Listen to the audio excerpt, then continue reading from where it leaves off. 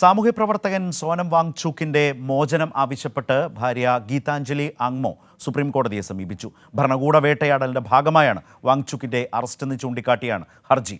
അതേസമയം സംഘർഷവുമായി ബന്ധപ്പെട്ട മജിസ്റ്റീരിയൽ അന്വേഷണം രണ്ട് സംഘടനകളും തള്ളി.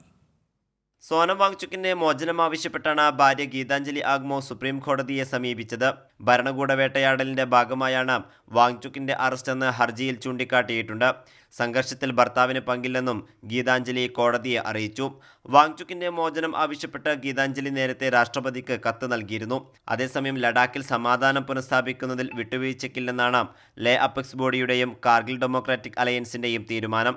സംഘർഷവുമായി ബന്ധപ്പെട്ട മജിസ്റ്റീരിയൽ അന്വേഷണം രണ്ട് സംഘടനകളും തള്ളി. മജിസ്റ്റീരിയൽ അന്വേഷണം ലഡാക്ക് ഭരണകൂടത്തെ വെള്ളപൂശാനുള്ള ശ്രമമാണെന്ന് സംഘടനകൾ ആരോപിച്ചു. സുപ്രീം കോടതി ജഡ്ജിയുടെ നേതൃത്വത്തിൽ ജുഡീഷ്യൽ അന്വേഷണം വേണമെന്ന ആവശ്യത്തിൽ ഉറച്ചു നിൽക്കുകയാണ് സംഘടനകൾ. നാളെ മുതലാണ് ലഡാക്കിൽ മജിസ്റ്റീരിയൽ അന്വേഷണം ആരംഭിക്കുന്നത്. 18-ാം തീയതി വരെയായിരിക്കും അന്വേഷണം. സംഘർഷം നടന്ന ഒരാഴ്ച പിന്നിട്ടിട്ടും ലഡാക്കിൽ സമാധാനം കൊണ്ടുവരാനാകാത്ത കേന്ദ്ര സർക്കാരിനെതിരെ പ്രതിഷേധം ശക്തമാവുകയാണ്. കൈരളി ന്യൂസ്, ദില്ലി.